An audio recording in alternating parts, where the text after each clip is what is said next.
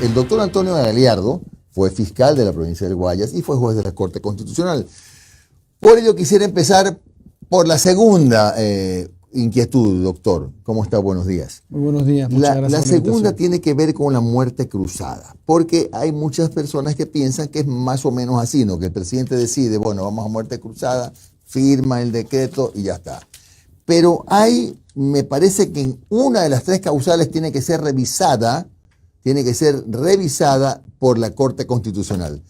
¿Cómo es el procedimiento para la muerte cruzada y qué papel juega la Corte Constitucional? Bien, bueno, en primer lugar, nuevamente gracias por la invitación. Honrado de estar en este prestigioso programa. El artículo 148 de la Constitución es muy claro de que el presidente puede, vía decreto, es decir, con una sola firma, ordenar o disponer una muerte cruzada. Hay tres causales. La primera, que sí tiene que ir, es la única que va a la Corte Constitucional, que es cuando la Asamblea se ha arrogado funciones que constitucionalmente no le competen. Entonces, es la única que tiene que ir a control de admisibilidad de la Corte Constitucional. Qué interesante. Ya, en este caso, no podría haber esa situación porque la Asamblea le está siguiendo un juicio político que es una facultad establecida en la Constitución y no se está arrogando. No hay arrogación. No hay arrogación. En cambio, las otras, esas sí puede el presidente decretar la muerte cruzada sin ningún tipo de control o admisibilidad de la Corte Constitucional. ¿Y cuáles son esas? Que la Asamblea permanente y constantemente y de manera injustificada esté obstruyendo el Plan Nacional de Desarrollo. Tendría que probarlo. Segundo, que haya una grave crisis política o una conmoción interna. Es decir, el presidente tiene esas tres salidas. Es decir, para mí me está obstaculizando de manera reiterada e injustificada el plan de desarrollo, hay una grave crisis política o hay una conmoción interna. Entonces el presidente, vía decreto, ordena la muerte cruzada y en 7 días el Consejo Nacional Electoral tiene que convocar a elecciones para presidente de la República, pero aquí viene algo, se va a la Asamblea. Los asambleístas dejan de ser asambleístas y el presidente podrá disponer u ordenar ciertas leyes de carácter económico urgente, pero con el aval nuevamente de la Corte Constitucional. Entonces será un tiempo de unos 5 o 6 meses en donde solamente estará el presidente de la República, los asambleístas a su casa y habrá elecciones por el resto del periodo de asambleístas y de presidente de la República. Por eso la muerte cruzada, se matan ambos, se mueren ambos. Es un suicidio también político. Claro. Ahora, usted, esto ya más le pregunto como ciudadano que como jurista, ¿no? ¿Cree que en este momento se está dando una conmoción interna, todos estos temas de sicariatos, de la violencia, de la salida de los militares a la calle, de los estados de excepción, configuran un estado de conmoción interna? Yo creo que, o sea, sí hay una conmoción interna, pero en todo caso no es generada por la Asamblea. La conmoción interna sería que lo provoque la Asamblea. Ah, ya. Estos son tres causales directamente relacionadas con la Asamblea. Tiene que ser con la Asamblea. Interesante. ¿No? O sea, que el que crea esa situación, conmoción interna, que una grave crisis política la genere la Asamblea, ahí sí el presidente tiene, podríamos decir, esa potestad de decir, bueno, como ustedes me están causando una conmoción interna, una crisis política, yo disuelve la Asamblea y que decreta la muerte cruzada. Pero si hay temas que no tienen nada que ver la Asamblea, sería absurdo. O sea, ¿por qué va a hacer la muerte cruzada si la Asamblea no tendría nada que ver en esos temas? Doctor, disculpe, Omar Jaime saluda. ¿Es I o conmoción interna? ¿Son las dos variables o puede ser una de las dos? Una de las crisis política o grave conmoción interna. Grave, porque la conjunción es muy importante. Entonces, en estos puede aspectos. ser la una o la otra. No hay que tienen que ser las dos. Las dos al mismo tiempo. Cualquiera de las dos. Eso, lo que pasa es que el presidente de la República en esta situación puede un decreto. Yo decreto número 040, considero que hay una conmoción interna por la Asamblea, pone cualquier cosa y de acuerdo al artículo 148 de la Constitución, decreto la muerte cruzada. Y envíese esto al Consejo Nacional Electoral para que se hagan las elecciones anticipadas y se va a la Asamblea a su casa. ¿Y ese decreto puede ser analizado por la Corte Constitucional? No. O sea, el único que se requiere previo al decreto es cuando supuestamente, según el presidente, la Asamblea se arrogue funciones que constitucionalmente no le competen. O sea, puede ser a lo mejor innecesario, pero es legal. Claro, sí. Quiero decir, el decreto, ¿no? Claro, el Puede, decreto. puede ser innecesario porque resulta que nada tiene que ver la Asamblea, pero lo puede decretar. Claro, Es el legal. presidente, o sea, así como la Asamblea puede también destituir al presidente en juicio político, aunque quizás no esté bien el tema de las acusaciones, pero es su derecho, también el presidente tiene su derecho de hacerlo también. Así de simple. O sea, es su perspectiva emocional, su criterio personal, su opinión. Tiene ese poder, está establecido en la Claro. Constitución. Oiga, en un juicio político, la Asamblea tiene que demostrar que el presidente de la República ha incurrido en el delito presunto de peculado, o no es necesario y simplemente tiene que poner un poco, digamos, el contexto político para poder justificar una votación en ese sentido. Ya, es que hay algo, aquí se confunde por parte de, es muy buena su pregunta por parte de gente de opinión, hasta ciertos periodistas, de que creen que esto es un juicio penal. No, la Asamblea no es fiscal ni es juez. Quienes resuelven un juicio penal para dictar sentencia es una fiscalía investigando y acusando, habiendo mérito, y un juez que si no hay duda razonable condena. Ese es el sistema penal. Aquí estamos en un juicio político. Entonces se analiza una conducta política en que supuestamente el presidente de la República estaría involucrado en estos temas de corrupción, de peculado. Entonces no es un tema de carácter penal, procesal penal, que hay que utilizar el Código Orgánico Integral Penal, que tienen que seguir esas reglas. No, esto es un juicio eminentemente político de que los asambleístas tienen esa potestad política, porque ellos son los representantes del pueblo. Ahí están todas las fuerzas políticas del país, donde pueden determinar si el presidente hay o no la causal para ser destituido vía juicio político. Claro. A ver, pasemos al siguiente tema, que es el que tiene que ver con lo que está ocurriendo en los últimos días, que son algunas bulladas liberaciones de delincuentes o presuntos delincuentes que son capturados incluso infraganti, ¿no? ¿De quién es la responsabilidad? ¿De la policía, que no tiene tiempo para hacer el parte correctamente? ¿Del fiscal, que actúa con ligereza? ¿O del juez, que a lo mejor no lee bien? ¿O en otros casos se rige a pies juntillas por un informe fiscal que a lo mejor no tiene todos los elementos de convicción, como le llaman los abogados? Bueno, aquí es una situación en que todos tienen una corresponsabilidad, unos más, otros menos. Entonces, hay ocasiones en que la policía no hace bien su trabajo y quiere que un fiscal y un juez legalice algo que es totalmente ilegal e improcedente y hasta abuso. En otras partes, el fiscal también comete un grave error de no formular cargos, de no pedir prisión preventiva, y en esos casos el juez no puede hacer nada. O sea, si el fiscal no pide prisión, o el fiscal no inicia instrucción fiscal, o no acusa, el juez no puede irse más allá de lo que pide el fiscal. Y en otras, en donde el fiscal sí acusa, donde el fiscal sí presenta pedido de prisión preventiva, el juez, a veces demasiado garantista, coge y libera a delincuentes o los absuelve. Y más aún ahora, gran parte de esta conmoción judicial es las malas actuaciones horrorosas, corruptas actuaciones de ciertos jueces que vía acciones jurisdiccionales, de acciones de protección, medidas cautelares, liberan a personas condenadas, o sea, condenadas, que por esa vía no deberían salir libres, y los liberan. Dice, váyase a su casa, váyase a un hospital, está libre. De un plumazo a alguien le condenan de asesinato 27, 28 años de cárcel, y a los 4 o 5 años con sentencia ejecutoria vía acción de protección, que salga libre, que habeas corpus preventivo. Se han inventado un sinnúmero de cosas que la misma Corte Constitucional es corresponsable, porque dice que los jueces, cuando administran o resuelven en garantías jurisdiccionales constitucionales, no prevarican. Entonces el juez sabe que no prevarica, le dan una fuerte cantidad de dinero y absuelve, libera a quien le da la regalada gana.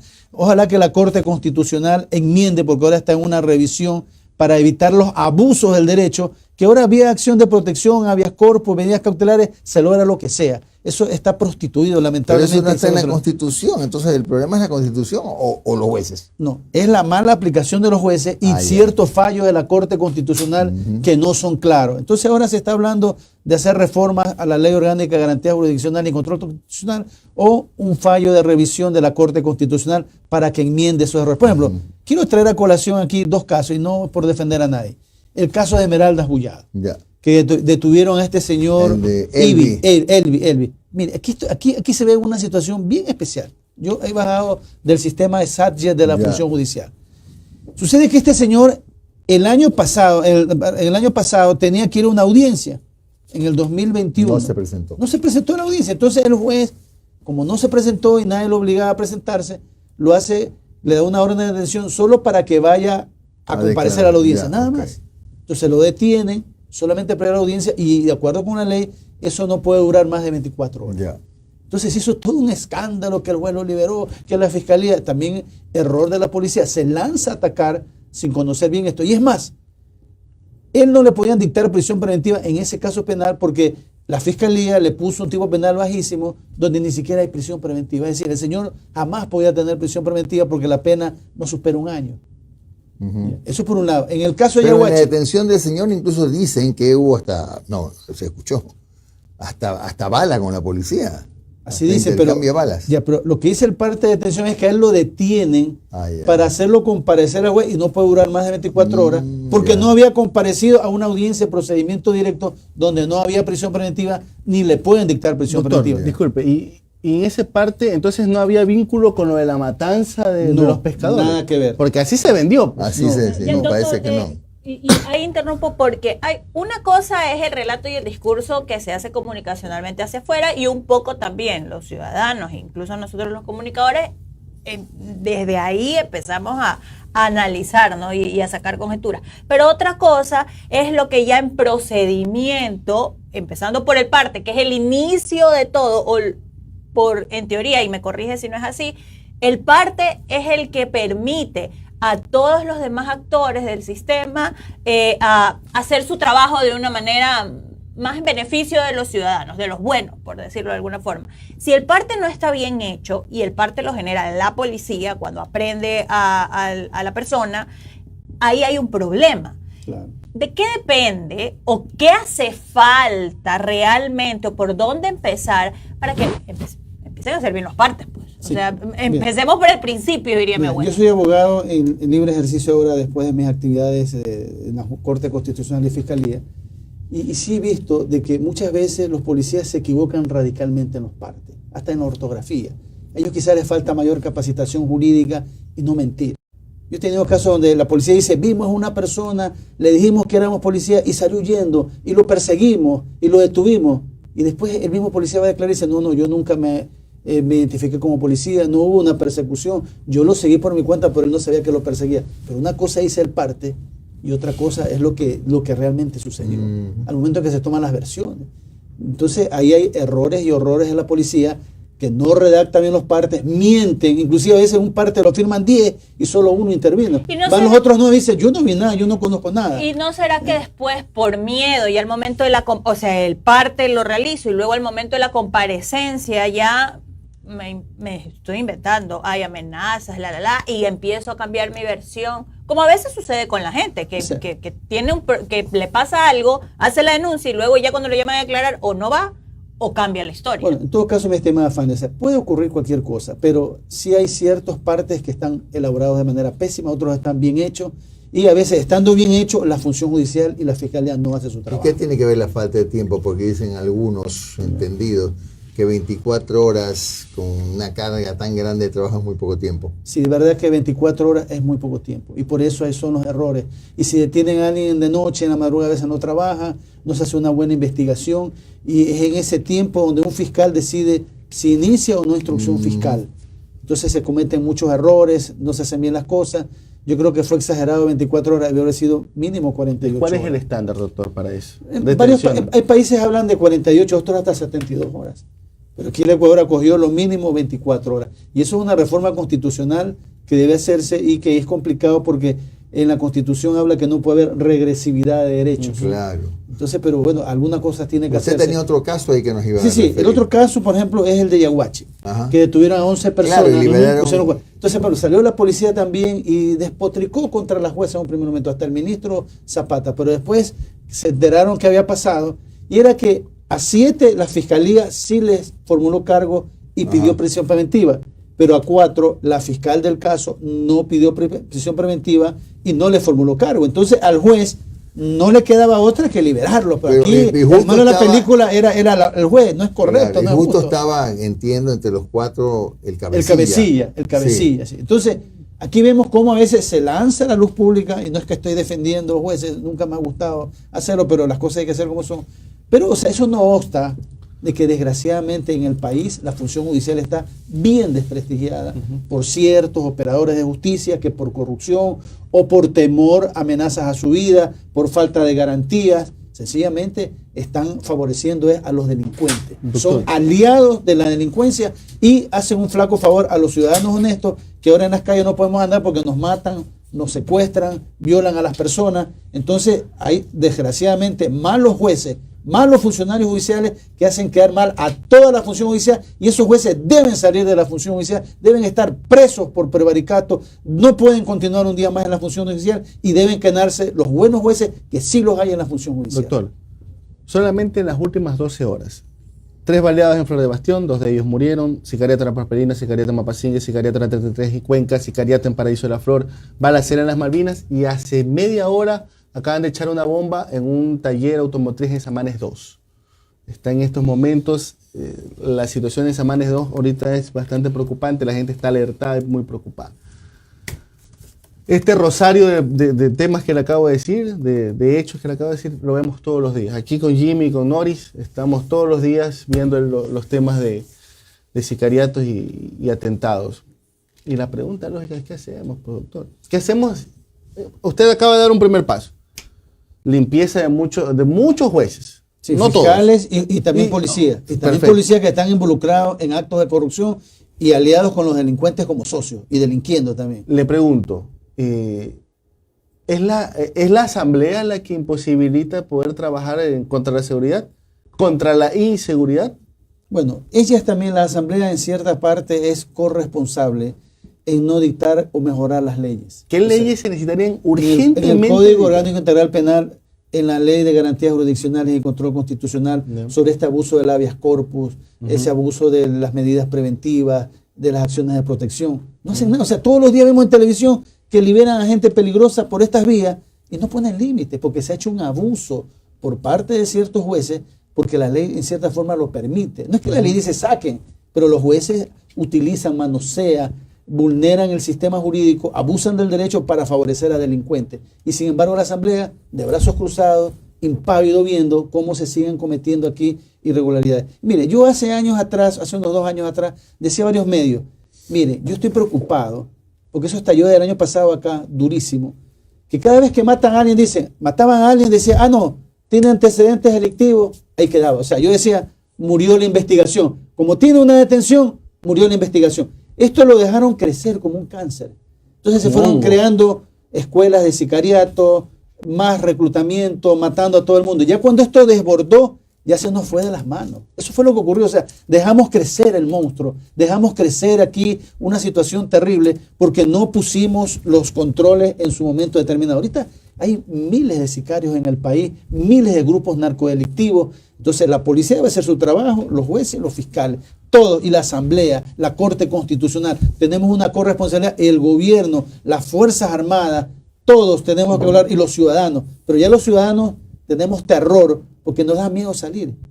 Nos da miedo porque cada día vemos cosas peores, descuartizados, el hombre que le pusieron la bomba, Doctor, las vacunas. O sea, recuerda- estamos en un país terrible. Me recuerda los años que usted fue como fiscal de Guayas. Ya, yo estuve de fiscal del Guayas hasta el año 2012, de 2007 al 2008. ¿Qué había 12, diferencia? 12. ¿Qué había diferencia? Bueno, era un ambiente totalmente diferente. Yo sí puedo decir, en ese tiempo, casi 6 años que estuve de fiscal provincial, había los hechos delictivos, pero no con la hazaña, con la peligrosidad. ¿Se de ahora. trabajaba mejor en justicia en esa época que ahora? ¿O no? ¿O se Algo fue mejor. enredando la situación? Algo mejor se trabajaba, algo mejor. Por ejemplo, ahí no mataban fiscales, aquí asesinaban algunos fiscales. y Al pues, frente de la en ese fiscalía. tiempo no había eso. Ya, pero eran 2 momentos No había, distintos. pero no había esta situación del abuso de los habeas corpus, que sacaban a personas condenadas. Eso no había en mi tiempo.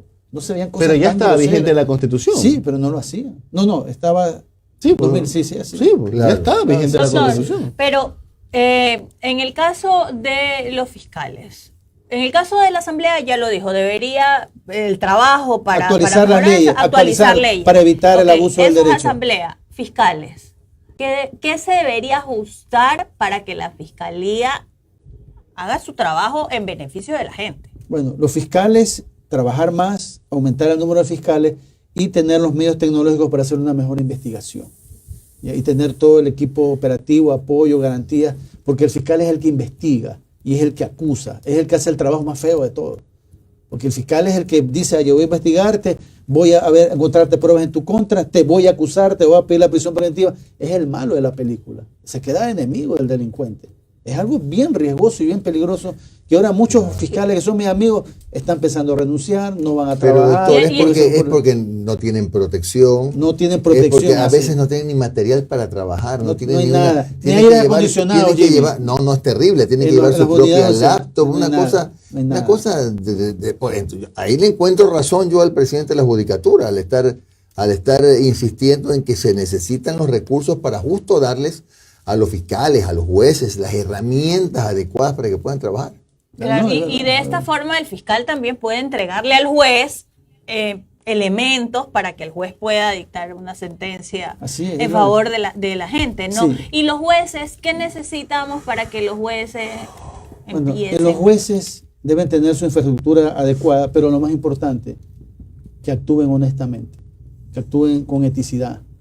Desgraciadamente hay ciertos jueces, yo no quiero generalizar, hay buenos jueces que son un ejemplo de honestidad, de transparencia, que sí los hay, gracias a Dios lo hay, pero hay otros jueces que yo no sé cómo siguen en la función judicial. Es terrible, son mercaderes de la justicia y ahí están, no les pasa nada.